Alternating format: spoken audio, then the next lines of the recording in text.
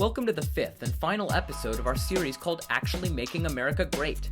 Thank you so much for tuning in, and I hope you enjoy listening to this as much as we enjoyed putting this series together. Before we begin, a few mentions need to be made. Thank you to Naser Al-Fawakhiri, who contributed greatly to the research and crafting of the content for these episodes you hear. Also, my greatest appreciation needs to be given to my good friend Oscar Gregg, who crafted this intro music you're hearing as well as the music at the end. His own single, Acrobats, which is absolutely phenomenal, is out everywhere, which you should all check out and will be linked in the podcast notes below. With that out of the way, our final topic, getting money out of politics to restore our democracy, is a final example of how the system isn't set up for the average American to succeed, so without further ado, let's get into it. For the last 10 years, Congress's approval rating has hovered around 20% with few exceptions. That is to say that even with congressional elections every 2 years, the people we elect within our democracy are overwhelmingly disliked, with only 20% or fewer taking their side. How can it be that in a democracy with only two parties, where it takes roughly 50% of the vote to win, that the approval rating still hovers at only 20%? These must be terribly unlikable people. Back in the 1800s, presidential election turnout was more than 80%. Now, it's less than 50%, and it's way lower in the midterm elections and much lower in the primaries. People don't like their options and don't want to vote. I'm not here to shame people who don't vote. Our goal here is to understand why people don't vote in a country that prides itself on being a democracy, and why our democratic institutions like Congress are so universally disliked. And the answer is a little shocking. It's because we aren't a democracy.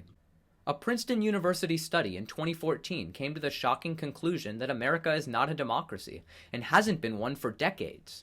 They looked at public policy questions between 1981 and 2002. In other words, they studied every question that came before Congress in those 2 decades, and looked at how Congress voted. They then compared Congress's vote with the opinions of the average American citizen, the economic elites, and interest groups. They found that public policy in those 2 decades correlated quite well with the interest of the moneyed elites and with the interest of strong lobbying groups. But there was near zero correlation between public policy and public opinion.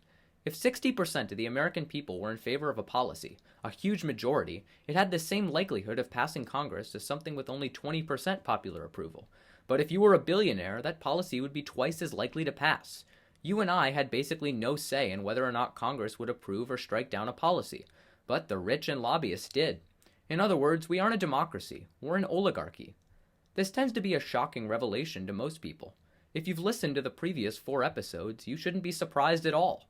26,000 Americans die every year because our government refuses to implement a basic policy of universal health care that nearly 60 other countries can afford, including small poor ones like Taiwan and Trinidad and Tobago.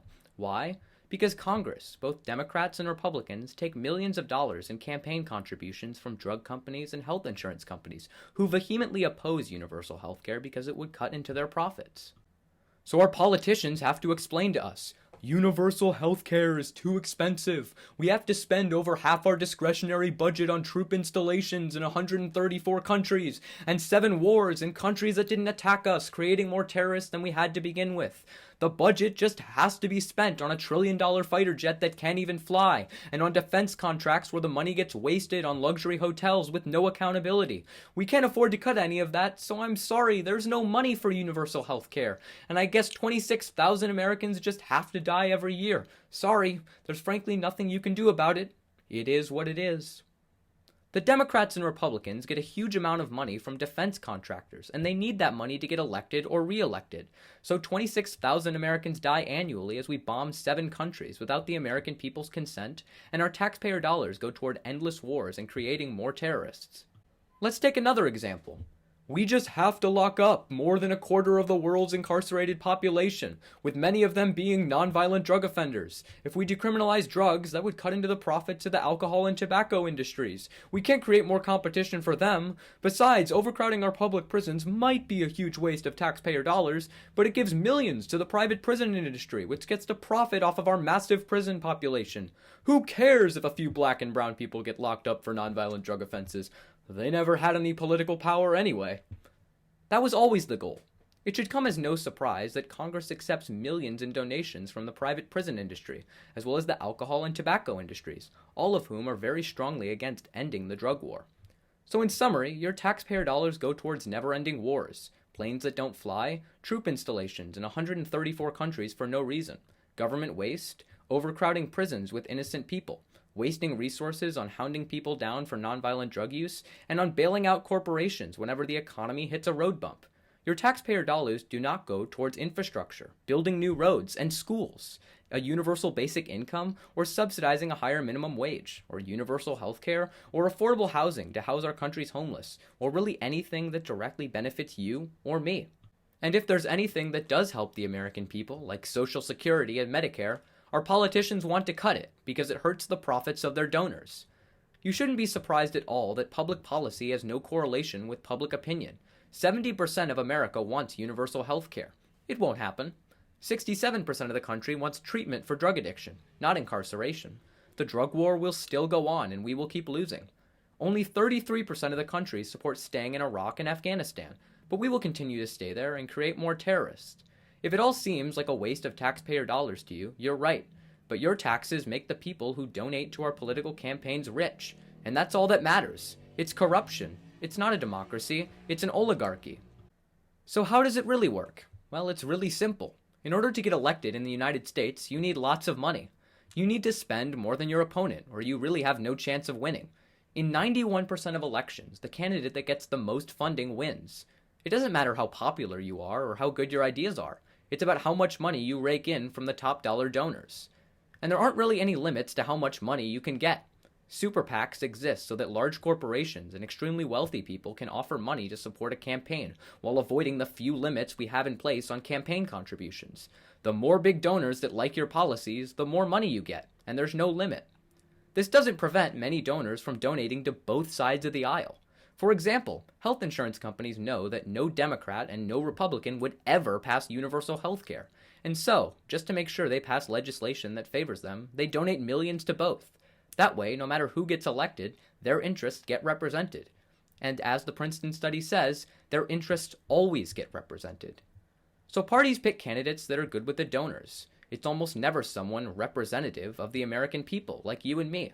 It's always some polished politician who won't rock the boat and can smoothly land a bunch of money from the donors. The majority of Congress are millionaires. They won't advocate for policies that help you and me unless accidentally those policies help win big donations or help their fellow millionaires. The candidates that win the primaries end up being the ones that best represent their donors, the rich. And since so few people, often other rich people, vote in the primaries, they get away with it. Once the actual election rolls around, both candidates have pretty low approval ratings, but since they have the donors' backing, whichever one of them has more money wins. The American people go home in disgust, and most of them don't even vote. So congratulations, a Republican or Democrat gets elected. They then offer government contracts to the defense contractors that elected them, and never hold them accountable for squandering billions of dollars, because that would put any future campaign contributions for their re-election at risk. They strike down any legislation that might import drugs from Canada at a cheaper cost, because the drug companies that got them elected really don't want that. Sorry, you can't have affordable drugs.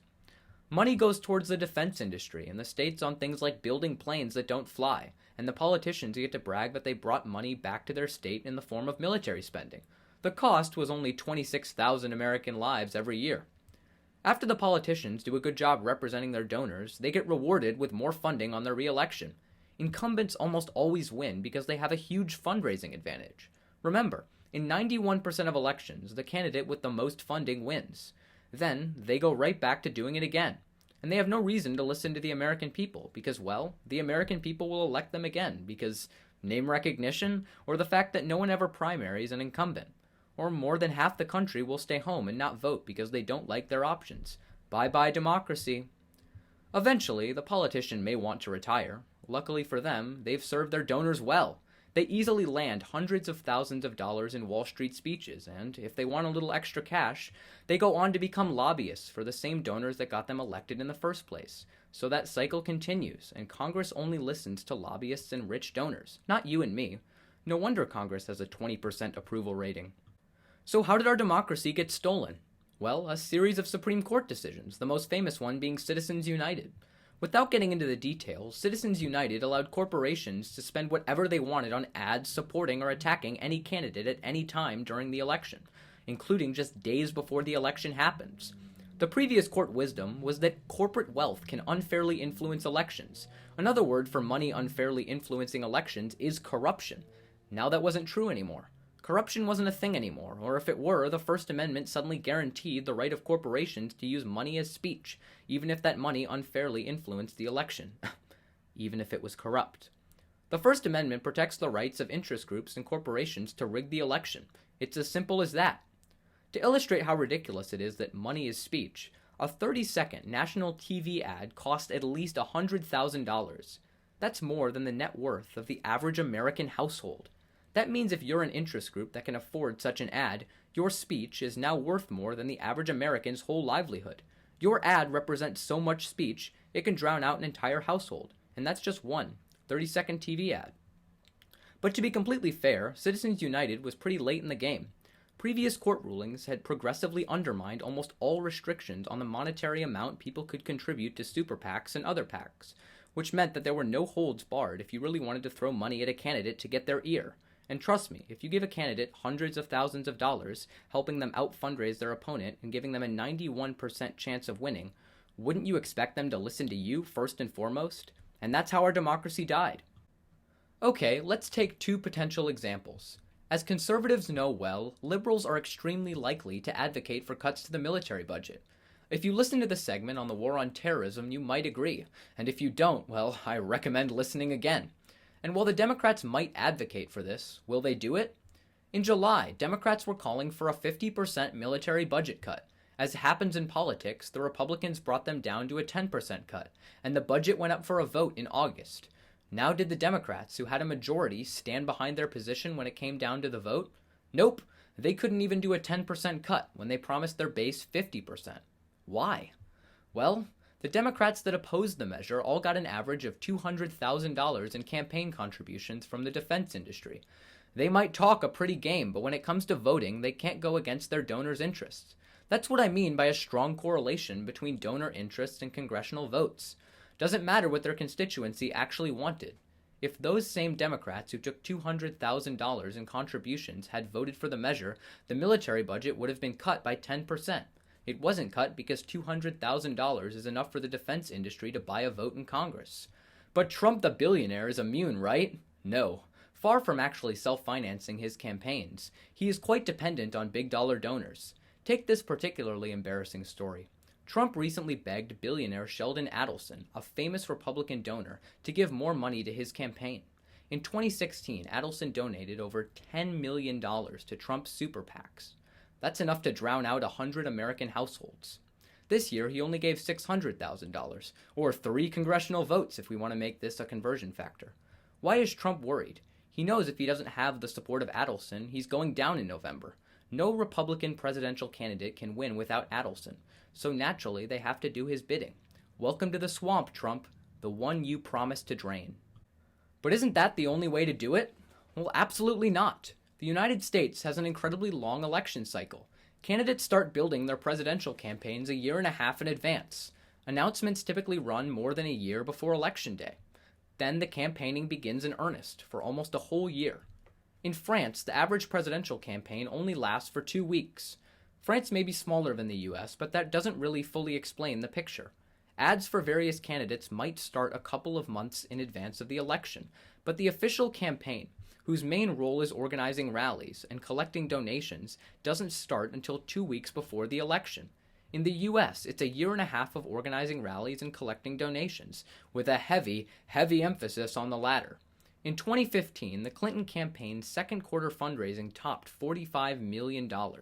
They had only been holding rallies for 2 weeks. Their main efforts weren't organizing rallies, it was getting $45 million. In France, the election would have ended right there.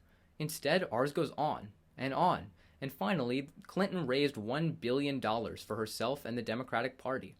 That wasn't small dollar donations from you and me. That was corporations buying votes. Also in France, no corporations are allowed to donate to candidates, only political groups.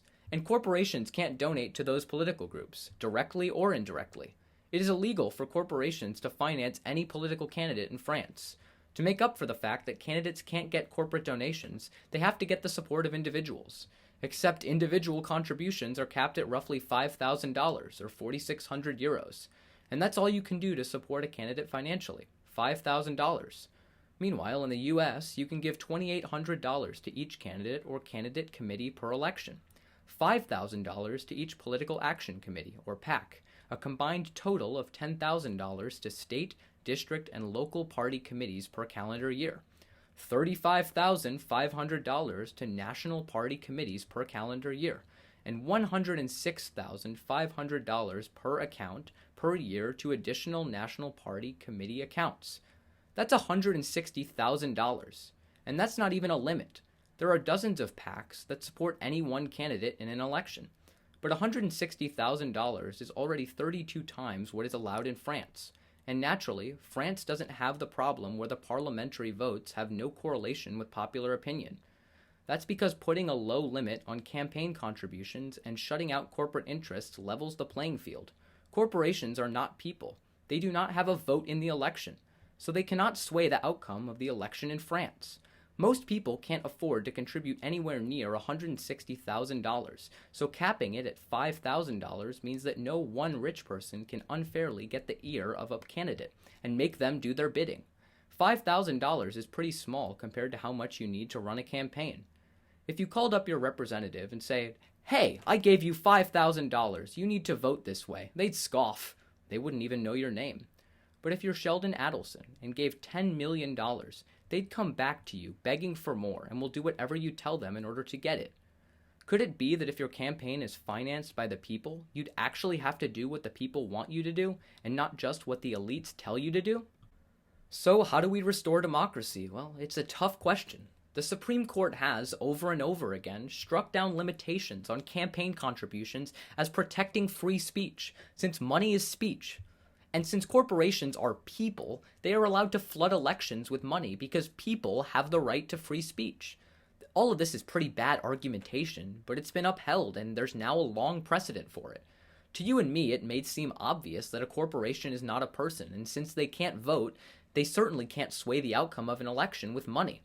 And they don't intrinsically have the right to free speech. And it should be fairly obvious that no one person should be able to donate millions of dollars to a candidate and expect favors from them. That's called corruption, and the Constitution allows us to pass laws to prevent corruption. Corruption is not protected under the First Amendment. For those who love protecting the First Amendment at all cost, consider the following. If money truly is free speech, then a whole bunch of laws exist on the books that are unconstitutional. Banning prostitution is unconstitutional. A pimp is only using his speech to say that he would like to have intercourse with the prostitute. His speech should be protected. All drug purchases are legal. The drug buyer is only using his speech to tell the dealer that these drugs are really good. Any law that would prevent him from using his speech in this way is unconstitutional. Hiring a hitman is 100% legal. I am only using my speech to tell the hitman, I really wish this person were dead. I'm not responsible for the hitman killing the person, just like the billionaire donor is not responsible if a politician, after receiving millions from them, votes in favor of the donor's interests, which in the case of healthcare, once again leads to 26,000 Americans dead each year. So technically, the purchase of a hitman within politics is completely constitutional and in accordance with the First Amendment. Do you see how ridiculous this is? We shot democracy in the head, and money is speech was the hitman, and now we have a system where billionaires buy votes, and corporations can get Congress to ignore the will of their constituencies for $200,000. Our democracy died. The Constitution is in tatters. The very thing our founding fathers were proud of, a democracy of, by, and for the people, perished. It is now an oligarchy of, by, and for the rich. Congress is full of millionaires who get campaign contributions from billionaires and corporations to pass legislation that benefits those billionaires and corporations, regardless of what the people want. The Supreme Court case could be argued to overturn this laughable perversion of the Constitution, but that would be difficult. Congress is constitutionally allowed to pass legislation to force the court to apply a certain standard to the campaign finance cases, which might force them to overturn these rulings. But why would Congress do that? They all benefit from this system. Half of them are millionaires, and many will leave office to take up lucrative lobbyist jobs for a huge salary, but only if they serve their donors well. The simple fact is, neither the Supreme Court nor Congress will do anything to end the corruption. We need a constitutional amendment that cuts out corporate and PAC donations, and puts a cap on individual donations to parties and candidates. That's what Wolf PAC is for. Their amendment has passed in 5 states, being Vermont, California, New Jersey, Rhode Island, and Illinois, and needs to win 29 more. You can help save our democracy. There are lives at stake. Without universal health care, 26,000 Americans die every year. With our war on terrorism, billions of dollars get wasted and more terrorists get created. With the drug war, lives get ruined and we foot the bill of a huge prison population. Our infrastructure is literally crumbling and gets a grade of D+. The US is not great now. We need to make it great. And to get that, we need Congress to actually be responsive to the people. That means calling their offices every day to demand action on these issues. That means protests everywhere, demanding our voices, not the donors' voices, be heard. That means taking back our democracy. But more importantly, we're supposed to be a representative democracy. Representative means we are governed by people like you and me, not millionaires. It means more average citizens have to run for office. And even if you don't win it first, keep trying. Cori Bush just defeated a 10-term incumbent in the Democratic primary in Missouri. But first, she lost in 2018. She kept trying and went out to make her case to the American people that she was going to actually represent them, unlike incumbent Lacey Clay, who had no idea what life was like. Bush lived in poverty for years and largely has lived the life of a regular American, with all the hardships that bring. She's a true representative. It's possible to win and beat the incumbents with more fundraising. It's just a huge hurdle to cross. We need to take back our democracy. That would actually make America great again. This is our 5th and final episode in our series on actually making America great. We aren't Democrat or Republican, but we try to find some common ground as we analyze 5 policies that we believe would have the most impacts on the lives of the average American. These are typically issues you won't see talked about on the news or by your congresspeople, but they should be. Our goal with this series is to make the case for these policies so that America can actually be great. This only happens with your support. If you agree with this, please like, subscribe, and share this just about everywhere. And if you really, really liked it, call your congressional representatives and make them get behind these 5 issues. End the drug war. End the foreign wars. Implement universal health care. Hand the economy back to the people and get money out of politics. Thank you for listening.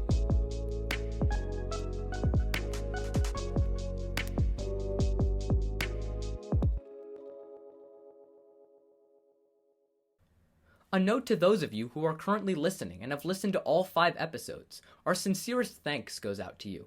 The hours upon hours researching and crafting the content for these episodes, as well as even more hours recording and editing this together, will have all been worth it if you walked away from this series learning something new and feel empowered to fight to make our country a better place.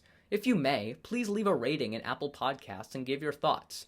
Now, go out into the world and actually make America great. Thank you.